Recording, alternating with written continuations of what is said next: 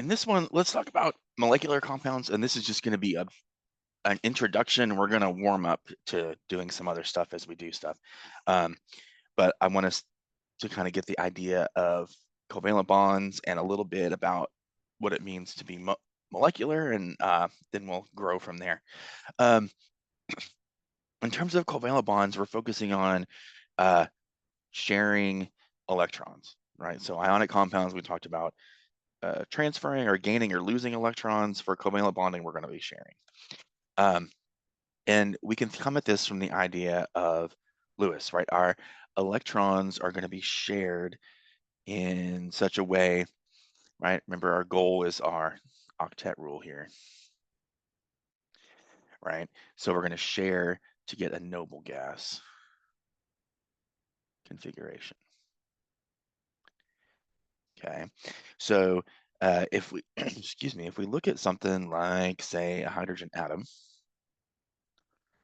right, with this one valence electron, this hydrogen atom can find another hydrogen atom and share his one valence electron, and together they'll make a hydrogen molecule. Now, there's a couple of ways to show this. There's this way, and there's this way. Eventually, we want to do lines, but for right now, I just want to show us this too. This is the covalent bond itself, two electrons being shared. Okay, and we'll talk a lot about covalent bonds at some point in a little bit more detail too. So yeah, so we're sharing electrons between these two guys, and because they're both taking advantage of all the electrons in the bond, they all have the correct number of electrons to satisfy their version of the octet rule. So just as remember, in ionic compounds, we had a whole infinite lattice of things, and our formula was the smallest whole number ratio and all that fun stuff. In a molecule, that's not necessarily true. A molecule is a discrete unit, so it's one thing. You could actually look at a molecule of something. You can't do that with an ionic compound. Um, it's still a neutral combination of atoms, okay, but there's no charges involved anywhere, so that's not super bad. They can be the same element, like this hydrogen example, or they can be multiple elements together. They can be multiple atoms together. The key here is there's a fixed ratio of atoms in the compound, and the molecule itself can be an element or a compound. So here, this is hydrogen. It's a molecule of hydrogen, but it's also the element hydrogen. And we'll talk about that in a minute. Okay, all of this was worked out in the turn of the century, turn of the 19th century, about the by Joseph Proust, and a little bit from Dalton. And one of those things was law of definite proportions. Okay, I'm not going to stress too terribly much about the math behind here, but what the conclusion is that in order for you to have a pure compound, the ratio of elements there has to be the same ratio by mass, no matter where the sample came from. And that's what we're showing here. So here we have 3 different carbon dioxide samples, and every one of them has the same ratio of oxygen to carbon by mass. And the same thing here, carbon monoxide, we have the same ratio of carbon by mass. So one way to tell if you have a pure sample of a compound or not is to do the analysis, right? And look and see, does that sample have a consistent ratio of elements by mass? Okay, so this is kind of getting our wheels turning, thinking about, well, there's probably some sort of discrete unit in here as we're thinking about things.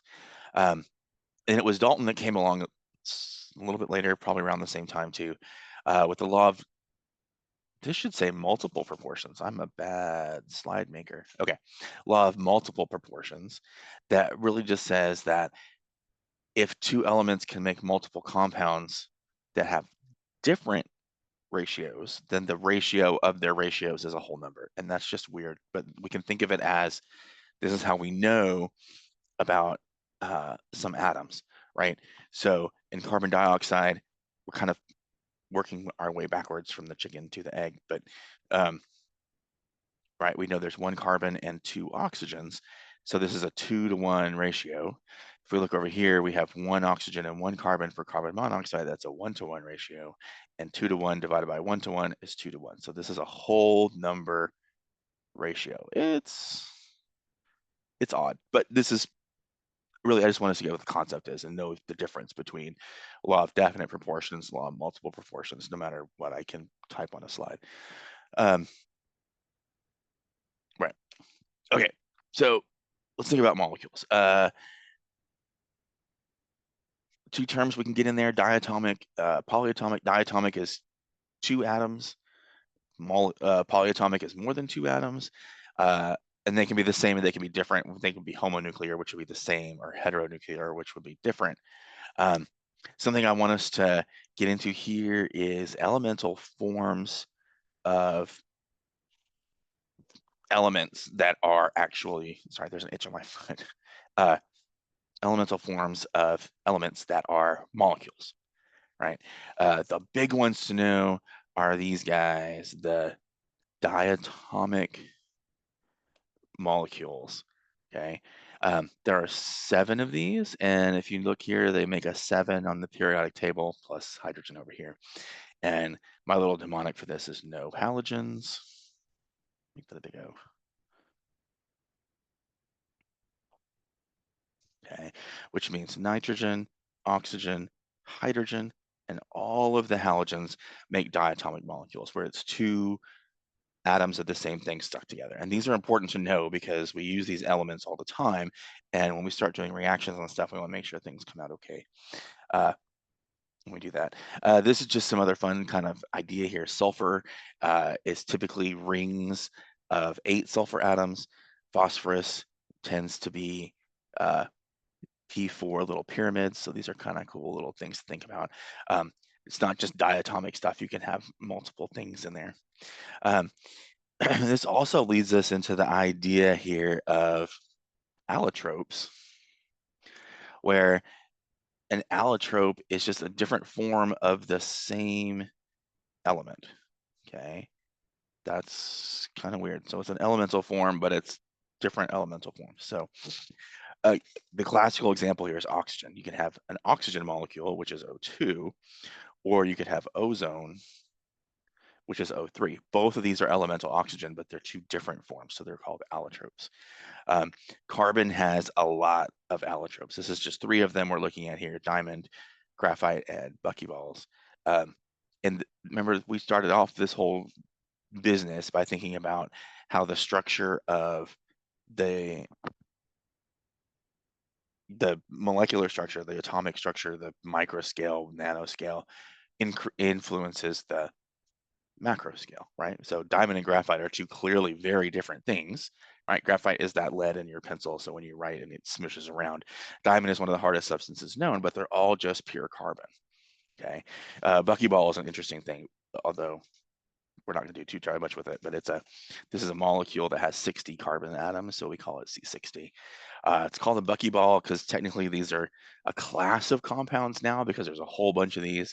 They're called fullerenes. They're named after Buckminster Fuller.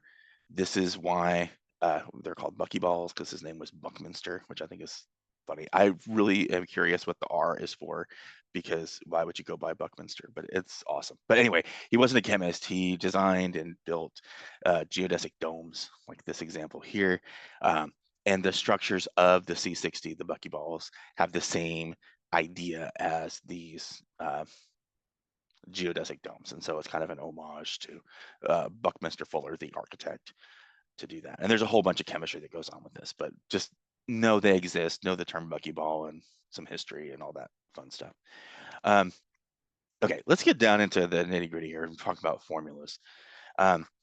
There are a lot of different ways to represent formulas of stuff, okay? In an ionic compound, remember, it was always the lowest whole number ratio that had a total charge of 0. Okay. In molecular compounds, the formula is an exact count of all the atoms, and we call this a molecular formula. Okay, it tells you exactly how many atoms of each element are present, right? So in this case, we're looking at some water here, right? We have an oxygen and we have 2 hydrogens, so we could call that H2O.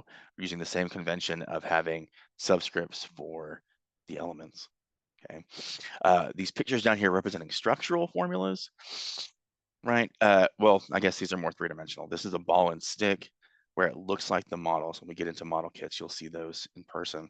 This is a space filling model, which tries to give us a little bit more of an idea of what this actually looks like in 3 dimensions.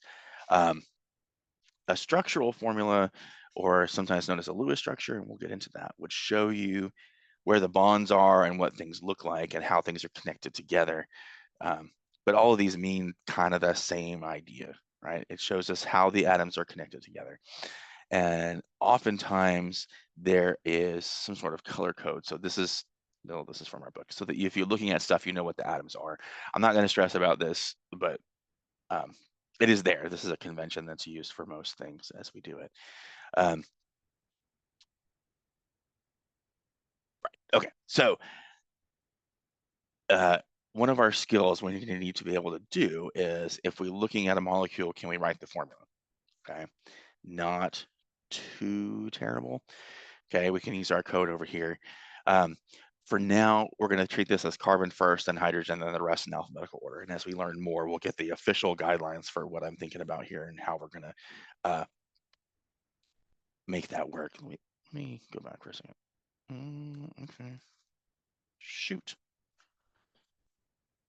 I missed something, but let me go back to here. Okay. Before we start doing that, I should have had a thing on here that talked about empirical formula, and I don't know why I don't, but let's do it. Okay, empirical formula. We're gonna do a lot with empirical formulas. I can't spell it.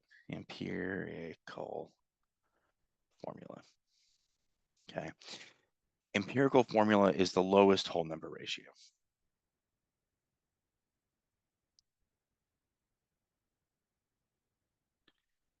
Right? Or you can think of it as the simplest formula of a compound.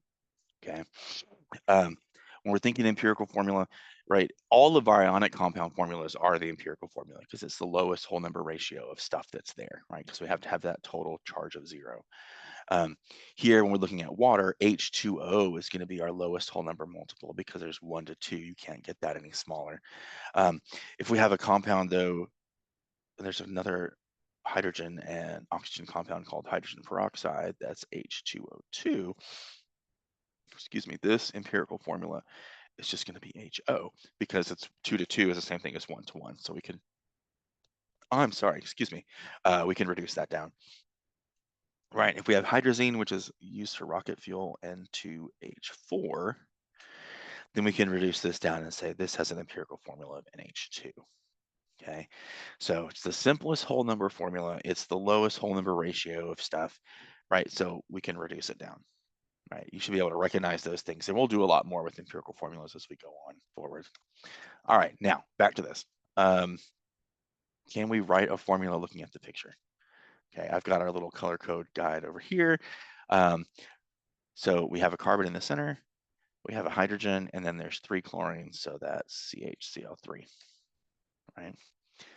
Here's a ethanol molecule, so we can look at that. We have 2 carbons, 1, 2, 3, 4, 5, 6 hydrogens, and an oxygen, so that works too. Down here we have a butane. Again, this is just carbons and hydrogens, 1, 2, 3, 4 carbons.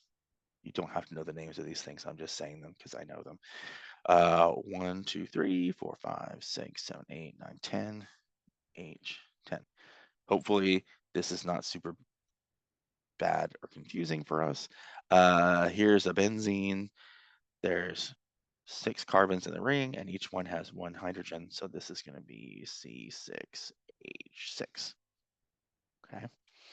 Awesome, awesome. Oh, that was the last one. Great. If you need anything, let me know. I'm sorry this was a little awkward, but we got it. All right. Have a good one.